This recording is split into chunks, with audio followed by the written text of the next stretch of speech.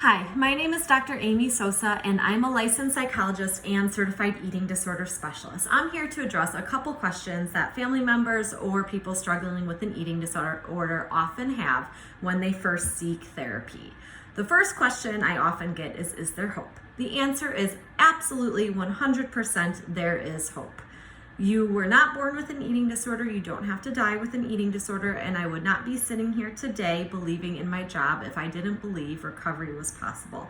I also believe in being fully recovered so you don't have to work so hard every day at recovery. There is a point when the volume is so low that you just live your normal life without the eating disorder thoughts or body image distress or negative body image thoughts.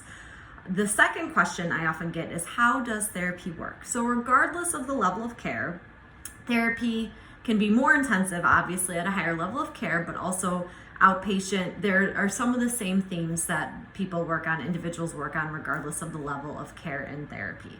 So it's really a twofold approach. Therapy is both behavioral interventions coupled with insight-oriented work. So the behavioral interventions, what therapists will often set up is something called exposure therapy. So exposure therapy is basically just what it sounds like. We create what's called a hierarchy from 0, no anxiety at all, to 10, complete anxiety. We set up a hierarchy where things are a little fearful, building up to the most scary thing that you've ever done.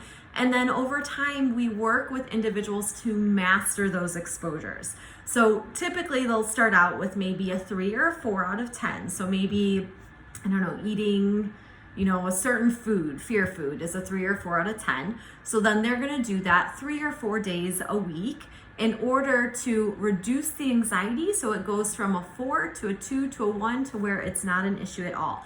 And as they gain mastery, they start climbing up the ladder, and then they're able to engage in more difficult exposures.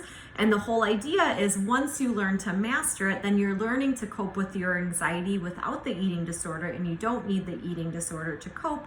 You have other skills to cope, and you're able to address fears in a very meaningful way. So that's a little bit about how exposure therapy works. The more complicated answer is some of the insight-oriented work that happens in therapy. So what I often tell individuals and family members, so family members of those struggling with an eating disorder, is that my job is to help the individual as well as the family decode the language of the eating disorder. The eating disorder is communicating something, and we have to figure out what the eating disorder is communicating, and then replace that with words or actions other than engaging in the eating disorder. Oftentimes, individuals struggling with an eating disorder may struggle with fears of rejection, fears of failure. Sometimes people are scared to be happy because when they're happy for too long, they wait for the other shoe to drop. So then they engage in the eating disorder as a way to prevent them from the fear of success or that fear of happiness. Sometimes the eating disorder really provides kind of like a protective bubble to help prevent them from that emotional intimacy or vulnerability for fear that others will hurt them. So if I have the eating disorder as a protective shield, then I won't be so hurt by other people. So over time, what we do is, again, look at what the eating disorder is communicating. For example, if you're engaging in restriction as an eating disorder, as one of many eating disorder behaviors, what are you truly rejecting? How are you disconnecting from your own body? What story does your body hold? How can we really dig in to learn to listen to your body again, be attuned to your body, and really understand what is it that you're rejecting? Are you rejecting, again, the fears of success? Are you hurt or angry by a family member, and so you're using food this way to communicate that? Are you holding abuse in some way? And so instead of looking at some of the past traumas or even PTSD that has developed, how is the eating disorder helping you cope in a different way?